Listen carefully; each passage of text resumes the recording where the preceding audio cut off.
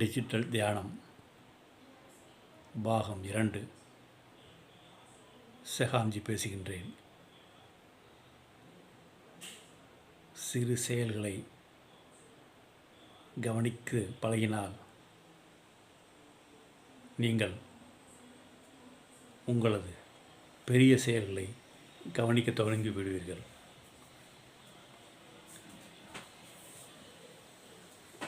ஒரு செயலை நீங்கள் உணர்ந்து கவனித்து செய்யும் பொழுது மனதின் ஆதிக்கம் உயர்ந்து நீங்கள் நிகழ்காலத்தில் இருப்பீர்கள். இந்த பெரிய செயலை கவனித்த பிறகு நீங்கள் உங்கள் பேச்சை கவனிக்க வேண்டும். உங்கள் பேச்சை கவனிக்கும்போது அனாவசிய பேச்சுகள் குறையும், தேவையற்ற பேச்சுகள் குறையும். உங்கள் உயிர் சக்தி சேமிக்கப்பட்டு உள்முகமாக திரும்பி உங்கள் தியானத்திற்கு பெரிதும் உதவும். அடுத்து எண்ணங்களை கவனிக்கும் வல்லமையை பெற்று விடுவீர்கள். எண்ணங்களை கவனித்தால் என்ன ஆகும்?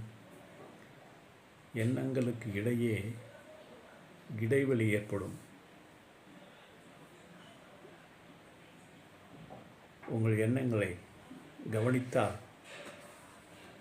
எண்ணத்திற்கு செல்லும் உயிர் சக்தி கவனித்தல் சக்தியாக மாறி எண்ணங்கள் குறைந்து எண்ணங்களுக்கிடையே இடைவெளி ஏற்படும். இதுதான் உங்களுக்குள் உள்ள தெய்வீகத்தை உணரக்கூடிய தெய்வீக வாசல், entrance gate of spiritual life. இதன் பிறகு நீங்கள் இன்னும் எளிதாக உங்கள் மனதை ஆளுமைப்படுத்த வேண்டுமென்றால் தீட்சை பெற வேண்டும். எதற்காக தீட்சை பெற வேண்டும்? உங்களுக்குள் உன்னதமான சக்தி உறங்கிக் கொண்டிருக்கிறது.